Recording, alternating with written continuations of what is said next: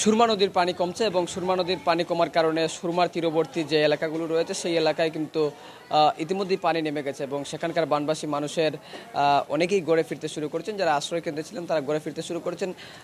আরেকটা বিষয় আপনাদেরকে জানিয়ে রাখি, কুশিয়ারা নদীর পানি বাড়ছে এবং কুশিয়ারা নদীর পানি বাড়ার কারণে সেখানকার প্রায় 6টি উপজেলা নতুন করে প্লাবিত হচ্ছে। এর মধ্যে ফেন্সুগঞ্জ, বালাগঞ্জ, উসমানীনগর এসব এলাকা কিন্তু নতুন নতুন এলাকা প্লাবিত হচ্ছে এবং সিলেট শহরে যে ভয়াবহ বন্যার পরিস্থিতি ছিল সেই বন্যার পরিস্থিতি কিন্তু অনেকাংশেই কিন্তু কমে আসছে এবং আজকে সকালেই আমরা উপশহরের বিভিন্ন এলাকা ঘুরেছি এবং উপশহরের এলাকায় আমরা দেখেছি যে যে জায়গাগুলিতে বুক সমান এবং কোমর সমান পানি ছিল সেই জায়গাগুলিতে এখন আর পানি নেই এবং বানবাসী মানুষের এখন সবচেয়ে বড় চ্যালেঞ্জ হয়ে দাঁড়িয়েছে যে গড়ে গিয়ে নতুনভাবে তারা স্বাভাবিক জীবনে ফেরা। এবং এই মুহূর্তে আমরা একটা আশ্রয়কেন্দ্রে আছি, সেটি রামকৃষ্ণ উচ্চ বিদ্যালয় আশ্রয়কেন্দ্র, এটি চোরারপাড়া এলাকায় অবস্থিত। তবে এখানকার এলাকায় পানি কমলেও কিন্তু কিছু কিছু গড়ে এখনো পর্যন্ত পানি রয়ে গেছে। পানির থাকার কারণে কিন্তু অনেকটাই তারা গড়ে ফিরতে পারছে না। আমরা এমনই কিছু মানুষজন পেয়েছি যাদের গড়ে এখনো পর্যন্ত হাঁটু পানি রয়েছে এবং সার্বিক দিক বিবেচনা করে তারা এই মুহূর্তেই কিন্তু গড়ে ফিরতে পারছে না। একজনের সঙ্গে আমরা কথা বলার চেষ্টা করব।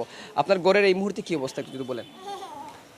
হ্যাঁ, আমরা এই মুহূর্তে ঘরের মধ্যে পানি অনেকই রয়েছে, কিন্তু আমরা যাইতে চাইছিলাম রুমের ভিতরে, কিন্তু এখন যাইতে পারি নাই। অনেক পানি কমছে, তারপরেও এখন কমে নাই রুমের পানি। তারপরে এই জায়গায় আসার পরে আশ্রয় কেন্দ্র, তবে এই জায়গায় আসার পরে অনেক উপকার হয়েছে। আমরা সাহায্য করছেন, পানি দিচ্ছেন, খাওয়া দাওয়া দিচ্ছেন, ঔষধ দিচ্ছেন, ডাক্তাররাই আমাদেরকে চেক আপ করছেন। তারপরে অনেক উপকার হয়েছে, মানে এটা বলার বাহিরে, চাল ডাল সব কিছুই দিচ্ছেন আমরা। তো আল্লাহর কাছে লাখো কোটি শুক্রিয়া আমার ভাইরা যারা আমরা হেল্প করছেন তারার লাগি। আর এখনও আমরা আছি বর্তমানে ওই জায়গায় রয়েছি, আমরা এখনো পানি শুকায় নাই, শুকাইলে আশা করি আমরা যাইমো ইনশাল্লাহ। আরো 4 দিন পরে যাওয়া যাইব। আমরা একটা আইডিয়া করে আইছি, পানি রুম থেকে বার করে দিয়েছি ফেলাইয়া, আবার ডুবতেছে। মানে আল্লাহর কুমিল্লি তো কমে যায় যাই মুগে। আপনার ঘরের অবস্থা কি? আমার ঘরে কোমর পানি রয়েছে, তো 5-6 দিন লাগবো, তো যাইতে পারেন 5-6 দিন পরে। আচ্ছা, আমরা আরেকজনের সঙ্গে একটু কথা বলার চেষ্টা করব। আচ্ছা, আপনার এখানে কে কে আছেন? আপনার এই জায়গায় আপনারা উঠেছেন? আমরা 5 পরিবার আছি। কেন আমরা গরব পানি শুকাইছে না, আটু পানি এখন পর্যন্ত গরব। আমরা তো গেছিলাম, যেন চেষ্টা করছিলাম গোড় সফা করতাম, পানির থেকে যাওয়া যান না, আহিছে আবার বুইরা। এখন আমরা তো খুব কষ্টের মাঝে আছি। আপনারা তো যাও পাররা, আমরা সাহায্য কররা। এখন আমরা কোনো যাওয়া হয়েছে না, আরও আমরা যেন ফারন্ত তো করবা সাহায্য।